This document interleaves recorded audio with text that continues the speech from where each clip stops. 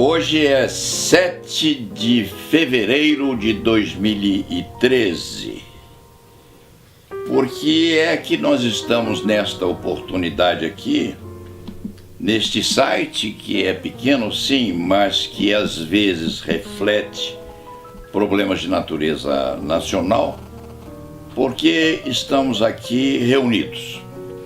Este velho criminalista que, se decano não for da advocacia paulista, é quase, o Dr. Rogério Seguins Martins Júnior e o Dr. Maurício Vasques, que são dois assistentes futurosos deste escritório de exame da criminalidade geral. Por que estamos aqui? Porque houve uma notícia no consultor jurídico respeitante a um acidente de percurso neste escritório. Em síntese, nós defendemos alguém em Brasília, cujo nome também não importa, que teve as suas intimidades nos e-mails perlustradas e interceptadas por decisão judicial que permitia à Polícia Federal investigar o que se passava nas conversas da clientela. E por força dessa investigação, alguns diálogos entre advogados deste escritório e os clientes foram parar nas transcrições da Polícia Federal e estão agora nas mãos de um juiz federal, cujo primeiro nome é Alderico, cujo sobrenome o Dr. Rogério conhece, o Dr. Maurício também, e hão de se encarregar de juntá-los ao prenome deste advogado. Aquele eminente magistrado é conhecido como Dr. Alderico. O que a Polícia Federal fez em relação a esses diálogos? Captou as conversas dos clientes relacionadas a eles, clientes e diretores de empresas, e nessas conversas captou também diálogos entre assistentes deste escritório e a clientela. Nada de muito importante. Nada que significasse alguma coisa que estivesse a violar ou violentar o segredo profissional em si, ou interceptasse algum mistério no relacionamento, mas violador, sim, esse vitupério do segredo profissional, que é tão importante para o advogado como importante é o confessionário para o padre, para o sacerdócio. E por isso estamos aqui. Estamos aqui porque a grande imprensa ou as televisões maiores da vida não nos captam. E também nós não vamos bater à porta das redes de televisão para disputar isso. Nós vamos ter agora uma conversa doméstica entre os três. Este advogado que tem já seus 57 anos de advocacia criminal no Brasil inteiro e dois de seus companheiros mais moços. Feito este introito, eu começo a perguntar ao Dr. Rogério Seguins Martins Júnior, que está aqui à minha frente, o que aconteceu, Dr. Rogério, e quando aconteceu? Aconteceu isso em meados de novembro, Dr. Paulo. Eu estive presente na sala de audiências do Dr. Alderico para resolver um problema específico e dias depois descobri que havia um processo de interceptação telefônica e telemática, porque uma funcionária da 11ª Vara Criminal Federal de Goiás entrou em contato com a nossa cliente pedindo que ela mudasse a senha de seu e-mail, já que a atividade da Polícia Federal não havia chegado a lugar nenhum. Isso é incomum na atividade profissional, nós fomos até lá e descobrimos depois que conversas telefônicas foram interceptadas entre este advogado e a sua cliente. embora o procedimento tenha sido arquivado por falta de provas em relação à investigação que se buscava fazer com aquela interceptação, o procurador da República, Dr. Daniel Rezende Salgado, deu um despacho, lançou uma cota, melhor dizendo, requerendo o compartilhamento daquela prova para um futuro uso em medidas que ele não especificou naquela ou em outras instâncias, Dr. Paulo. Nós atravessamos uma petição, todo o escritório, questionando esse compartilhamento da prova e afirmando que a prova é absolutamente nula, que ela só pode ser nula porque o segredo profissional foi violado claramente, Dr. Paulo. Dr. Alderico ainda não decidiu se vai compartilhar ou não esta prova, mas a defesa foi aviltada, Dr. Paulo. Independentemente das transcrições não levarem a coisa alguma, é um ato de violência este advogado ter a sua conversa com a cliente transcrita por um policial federal que eu não conheço e que sequer se identificou na transcrição. É um agente com um número. É para ficar chateado, Dr. Paulo, porque o caminho da defesa, as estratégias que são passadas entre o advogado e o cliente foram descobertas. É uma vilania e a defesa espera, eu espero pessoalmente, que o Dr. Alderico haja com muita parcimônia e considere essa prova absolutamente lícita para o uso em qualquer instância judicial ou extrajudicial. E o doutor Maurício, o que diria a respeito? Também teve alguma interferência ou teve algum diálogo seu interceptado pela Polícia Federal nessa hipótese? Doutor Paulo, nós ainda não examinamos os áudios dessa interceptação havida nas linhas telefônicas e e-mail de nossa cliente. O máximo que nós tivemos foi acesso a conversas degravadas, trechos de conversas pinçados pela autoridade numerada, não identificada nominalmente, quanto ao que seria relevante dessas gravações. Portanto, nesses trechos pinçados, o meu nome é mencionado apenas pela nossa cliente em conversa com um terceiro, quando nós dialogávamos a respeito dos valores do nosso contrato, que seria engraçado não fosse triste, revelam até que nossos honorários são bastante módicos, bastante parcimoniosos. Nesse interregno de tempo, enquanto duraram essas interceptações, certamente falei também com a cliente, nada que possa me deixar preocupado, mas não há a transcrição de qualquer conversa. Talvez no interior daquele mefítico CD-ROM haja algum contato com a cliente que sequer foi mencionado.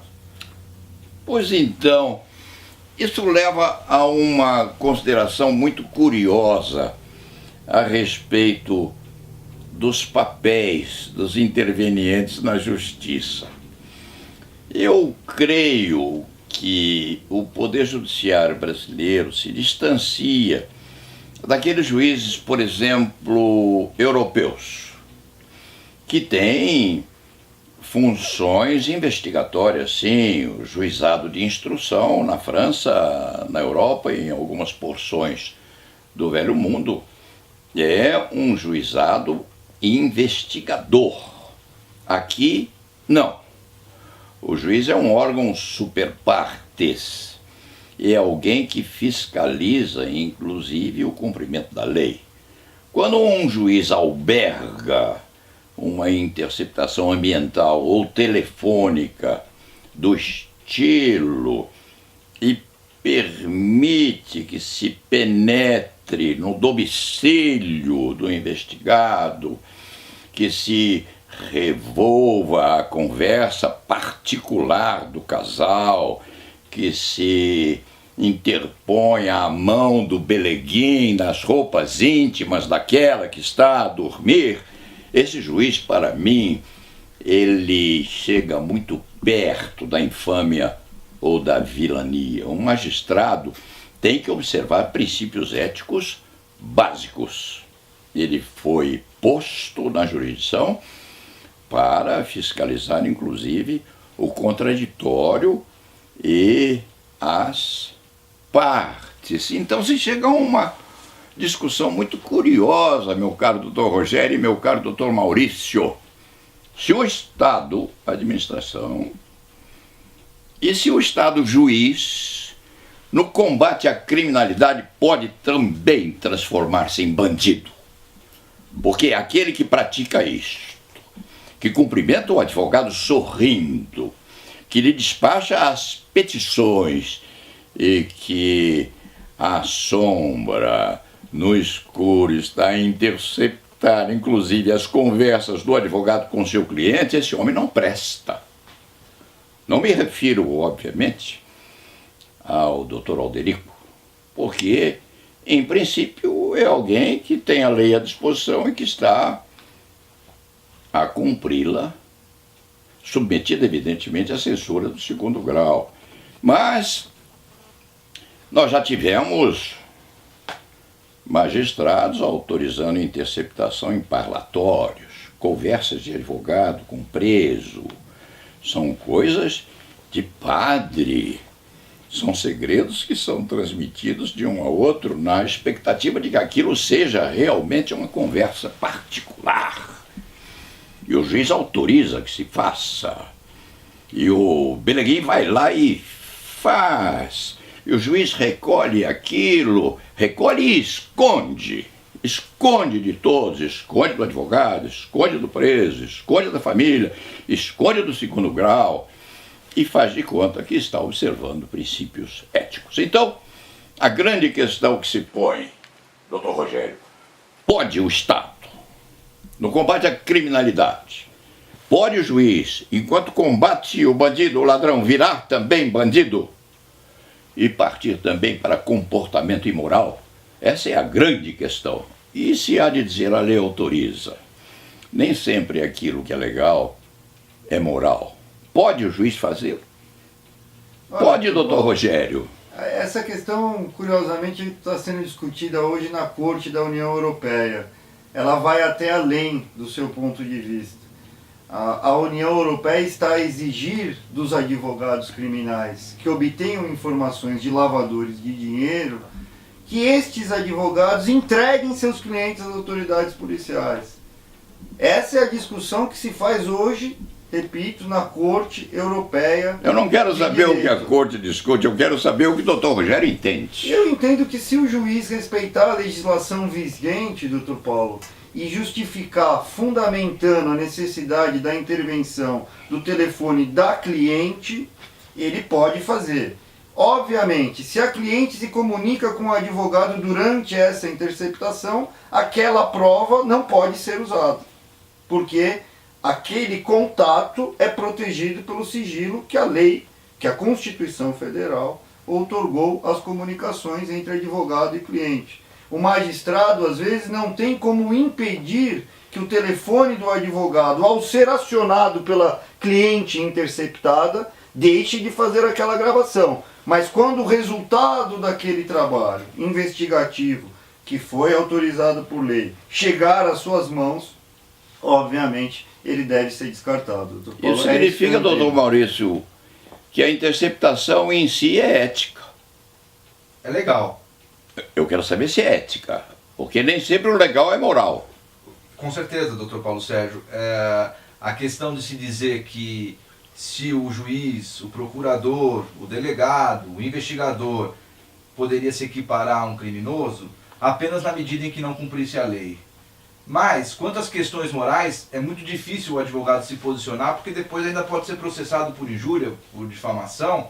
Então, os aspectos morais, da minha impressão, prefiro guardar para mim, para que não se diga depois que o advogado é um caluniador, um difamador, um injuriador. Filosoficamente, posso falar, acredito que está a se criar um Estado monstro-engolho, que domina com seus tentáculos toda a intimidade do cidadão.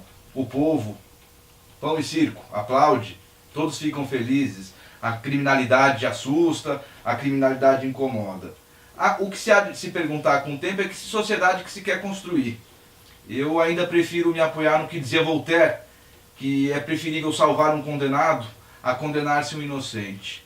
E essa questão da sociedade europeia, hoje mesmo há doutrinadores europeus na mídia brasileira dizendo que são favoráveis ao poder de investigação do Ministério Público. Então está a se criar hoje a legitimação de um superestado.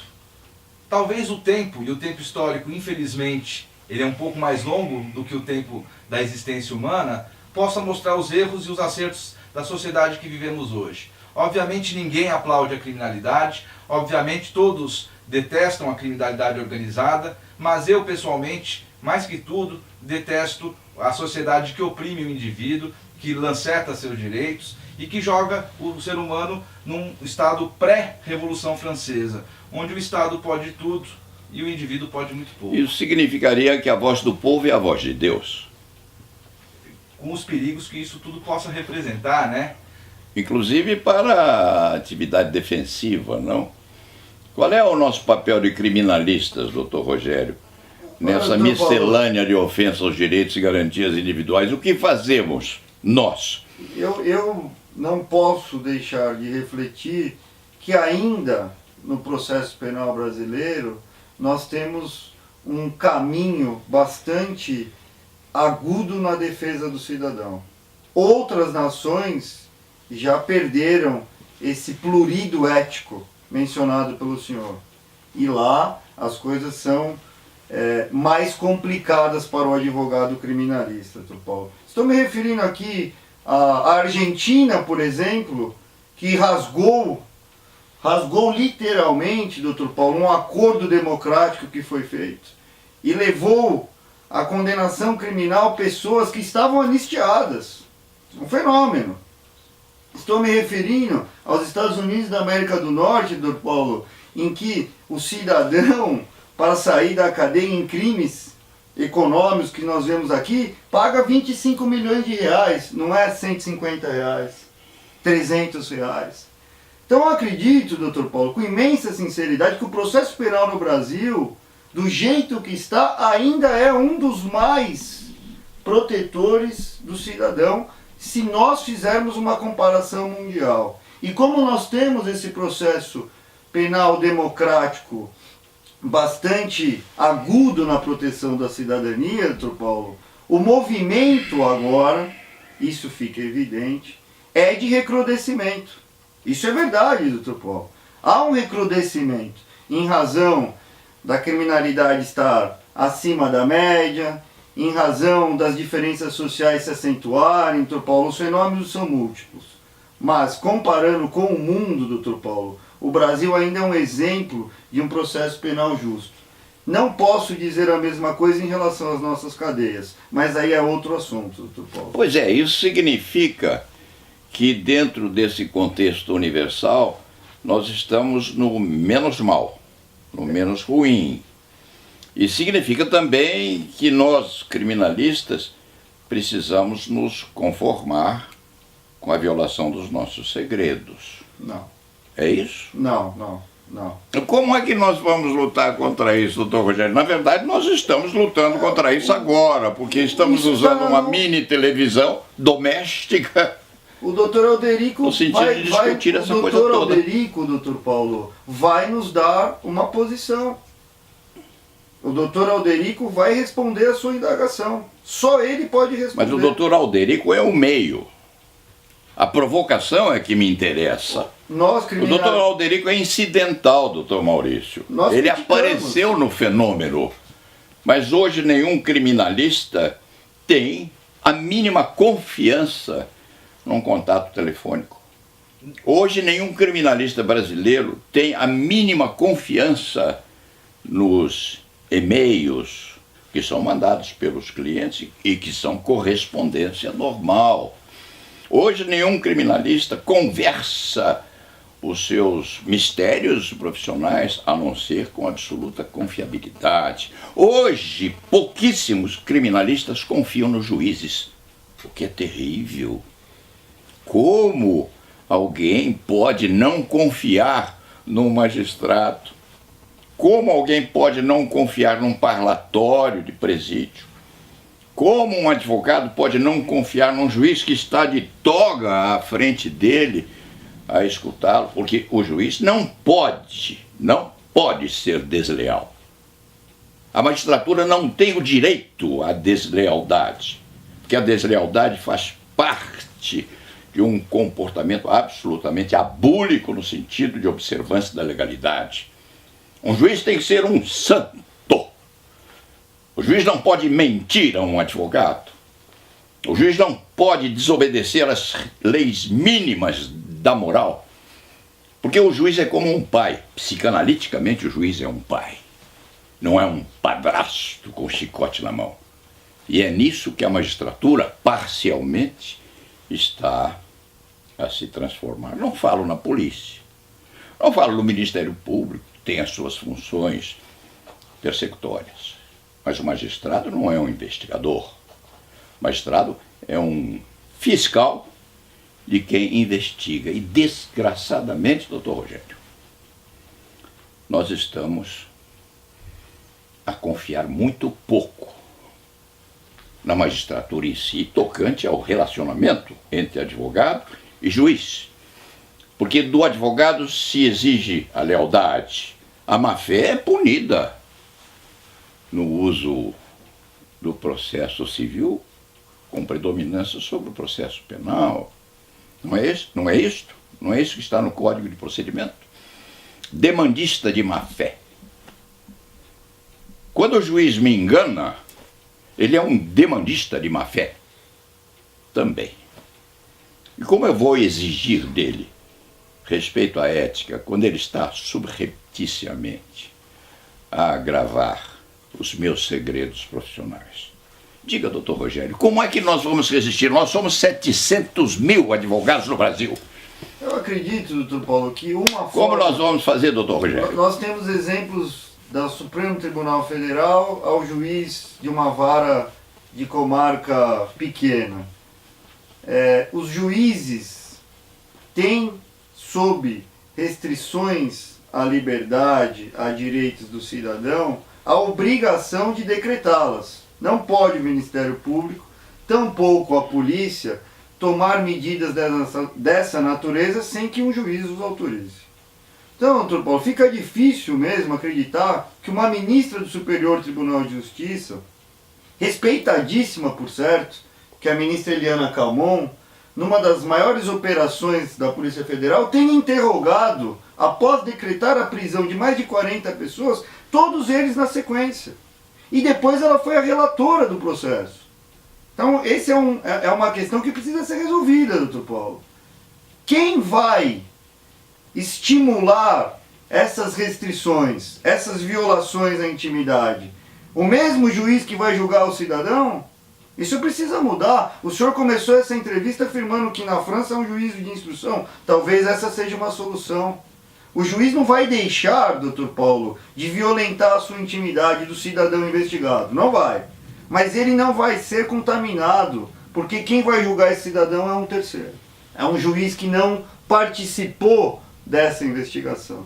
Talvez esta seja uma solução, doutor Paulo. Pois é, o doutor Maurício, o doutor Rogério acaba de sugerir que os nossos projetos de Código de Processo Penal estabeleçam uma simbiose. O juiz que investiga não pode instruir. O juiz que vai violentar a domesticidade do cidadão não pode decidir. E o que está a ocorrer hoje é que aquele juiz que instrui, que se abroquela no segredo da interceptação telefônica, é o mesmo que há de decidir a contenda. Isto é um absurdo que é agora coisa corrida na rotina do nosso Código de Processo Penal. Em suma, este velho flibusteiro da advocacia criminal fica horrorizado com o que vem acontecendo. Aliás, há 52 anos que este advogado luta contra isso. Já teve problemas sérios, já disputou isso quase em solidão. E hoje, para nós arredondarmos essa nossa conversa, nós temos uma mensagem aos 730 mil advogados. Nós somos 730 mil advogados gerados pelo Ministério da Educação. Uma geratriz posta sob crítica candente, mas de qualquer forma, nós somos 730 mil. Se cada um dos 730 mil companheiros que nós temos se revelasse um crítico acentuado daquilo que vem acontecendo, nós teríamos uma revolução de natureza ética no nosso país. Desgraçadamente, nós temos gerado, sim, uma multidão de escravos, ensinados a obedecer. E quando a criatura é ensinada a obedecer, é muito difícil ela amadurecer no sentido de uma revolução oportunística, seria o termo.